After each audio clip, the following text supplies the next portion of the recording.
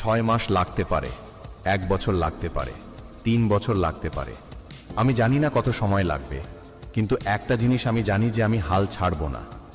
আমি 10 বার পড়ি বা 50 বার, আমি প্রতিবারই উঠে দাঁড়াবো এবং এগিয়ে যাব।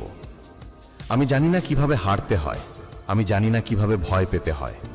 আমার বর্তমান দিয়ে আমাকে বিচার করো না, কারণ আমি কি হয়ে উঠছি তা তোমার কল্পনার বাইরে।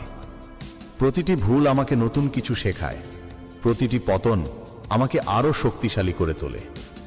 আমার স্বপ্নগুলো আমাকে চালিত করে, আর আমার আত্মবিশ্বাস আমাকে পথ দেখায়।